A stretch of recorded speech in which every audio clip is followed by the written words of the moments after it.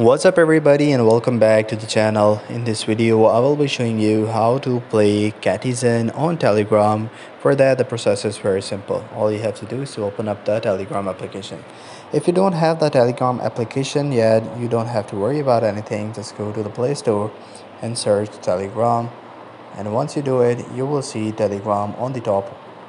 So just go and install it. Once you will install it, just open it up. So once you open it up, you will see this interface.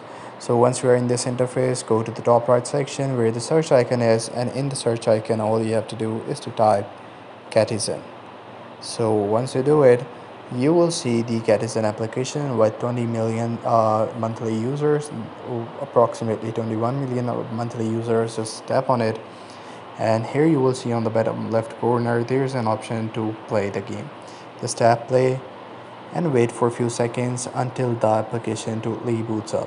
So once the application will be booted up, you will see the Catizen application running smoothly on the Telegram application.